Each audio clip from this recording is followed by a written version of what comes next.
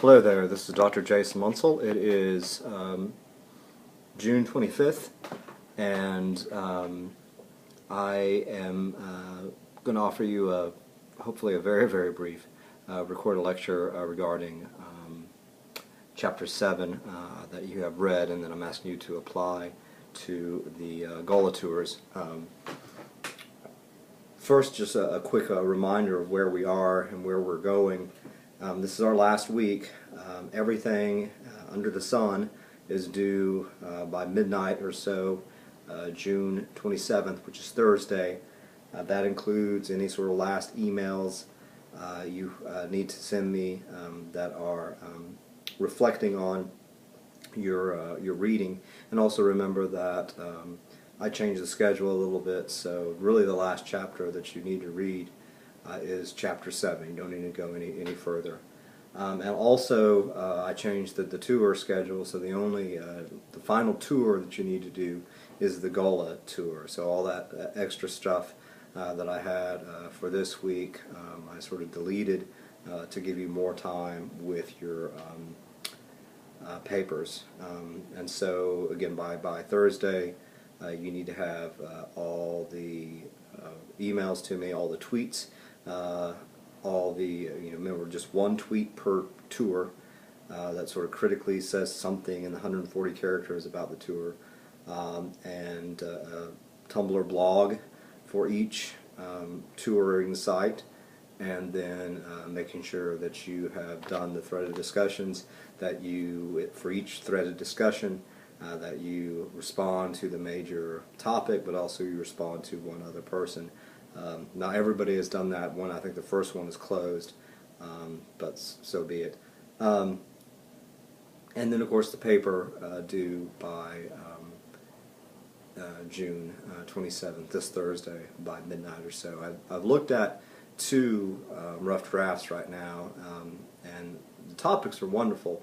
One thing that I would encourage you to do, if you haven't done yet, is to actually read the assignment and watch my recorded video on the paper, because I try to be, and I think I am, amazingly clear about what I want, but I also emailed you this morning sort of giving you a paragraph by paragraph rundown of what you could do for your paper, and I'm hoping to see a lot more rough drafts before June 27th, again this Thursday, midnight, when everything is due.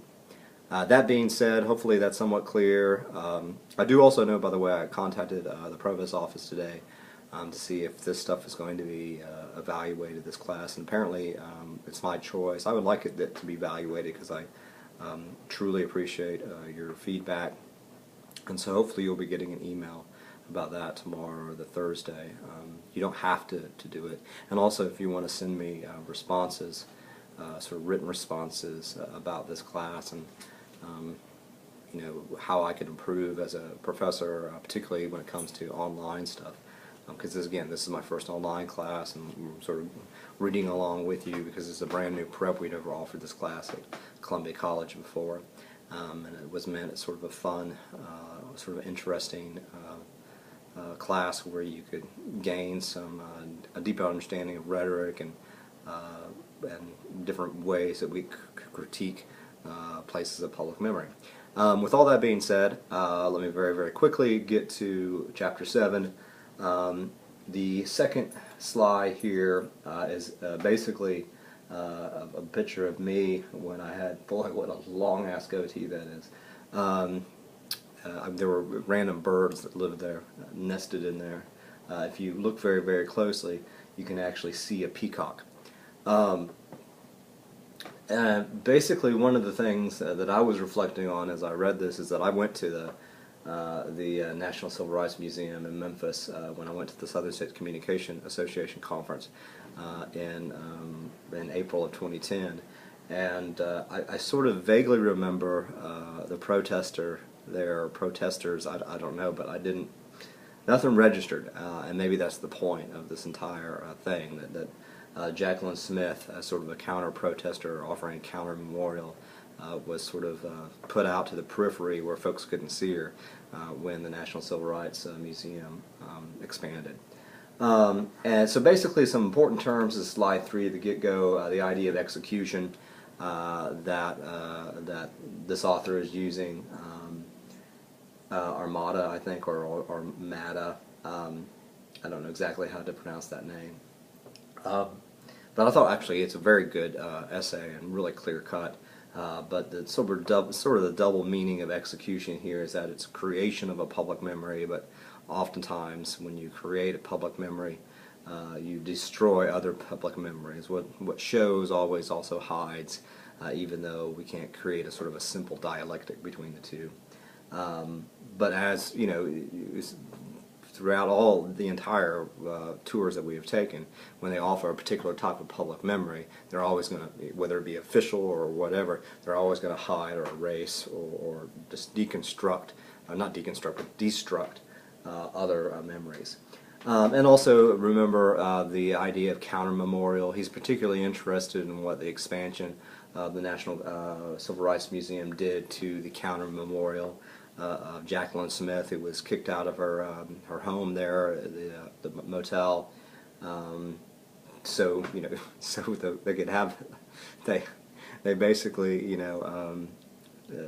denied her civil rights in order to create a museum about civil rights.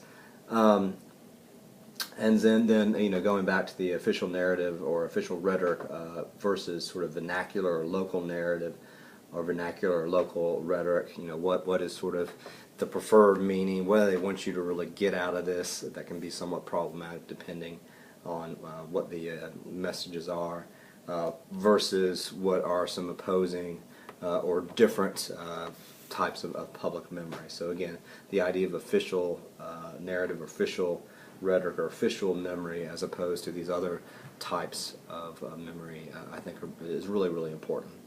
The idea of periphery is both here figurative and literal, and that is Jacqueline Smith was put on the periphery physically off of the grounds of the museum after they created the big Freedom Square, or whatever, Plaza I think it's called.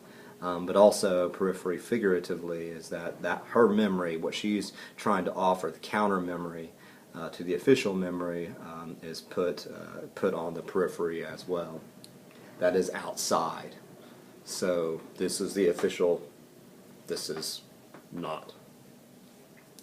Experiential landscape is another important term here. That's basically the idea, and this is also like my own essay about the State House, but also about some of the things that Bowman was saying. It's basically that the idea that when you go to a place of public memory, even though there's a lot of stuff about the physicality of it, you're not contained necessarily by that. There's all these other things going on around it. You experience it in different ways. You bring baggage with you, and so it's getting placed, merging into larger issues of space. And then all these sort of important terms that help you sort of understand, unpack the reading. But then when you go to the main argument on page 217, it's all really quite clear. He basically says, I argue, this is on page, again, 217, I argue that the new museum works to limit alternative readings of its memorialization of King and the Civil Rights Movement by driving Smith's protests out to the periphery. And so that's basically the larger argument. And then he has a pretty good justification for his own critical template, or his critical lens, what I'm calling sort of critical probes, as he's trying to analyze this particular place of public memory. And that's on page 218. And basically he says, in this chapter, for example, I focus more on the interior elements of the museum complex than I do on the formal exhibits housed in its interior. There are two reasons, and he offers various reasons. First, everyday museum visitors, myself included, more often lend their attention to formal exhibits than to the exterior features, so he wants to look at the exterior features and what they do. I mean, he's looking at the outside. He's not concerned about all the memorials and stuff like that, the inside. He's looking at the outside, which I think is really, really interesting. And then also, he has that corresponding focus on Jacqueline Smith and what she did sort of before and after the expansion. And then, of course, on the top of the page, that should be 219, not 210, is a really good sort of preview to explicate memories, executions. I first provide some background information on the National Civil Rights Museum describing the blah, blah, blah, et cetera, et cetera, et cetera. So again, as every good paper should, it sort of has a preview. So some initial things, and then I have a bunch of pictures of the external of the Lorraine Motel, I should say, from my own visits. All these pictures were taken by me. That's why they're so stunning. And please notice again that I did not have a picture of Jacqueline Smith, in part because she was sort of out of view. She initially she was right there. You sort of couldn't miss her, at least from the reading. But now she's way over there, so you can much more easily miss her. And it's really close to downtown if you haven't been there. Actually, I think I walked down there, which is also part of the larger argument about the urbanization, revitalization, regentrification of the whole area, which again tends to displace poorer people. Okay, so slide 7, the section on the National Civil Rights Museum then and now.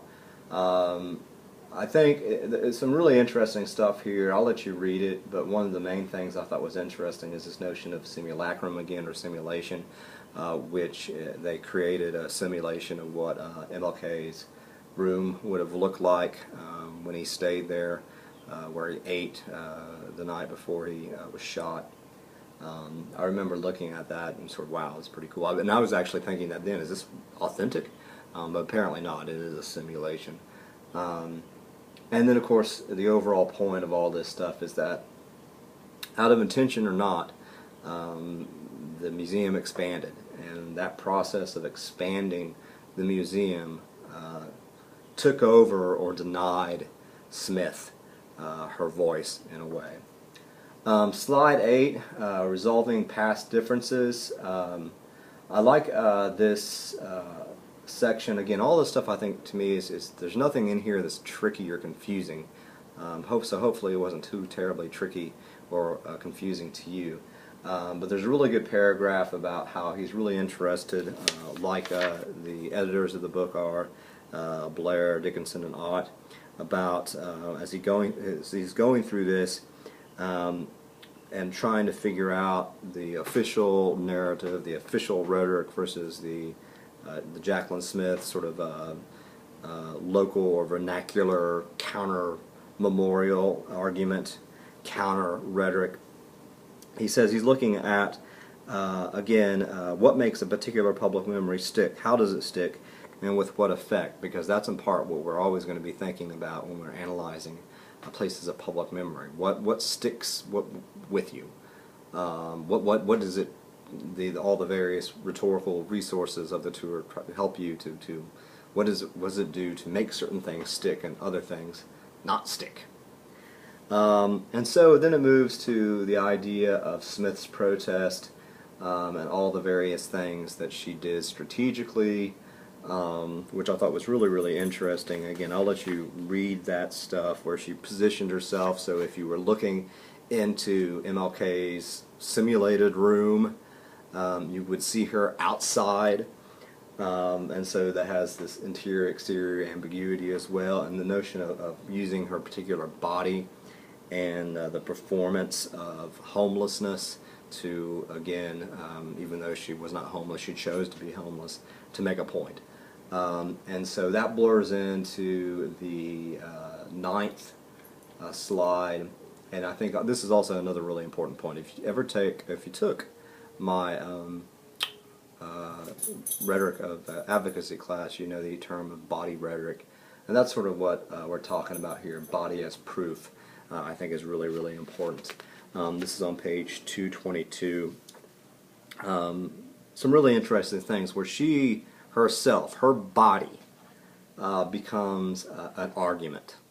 without her, she's still saying stuff, but her body, and so she's performing a sense of homelessness because she was kicked out of the motel in order for them to have a museum. And so she becomes what they say is a dissonant body. And Gerard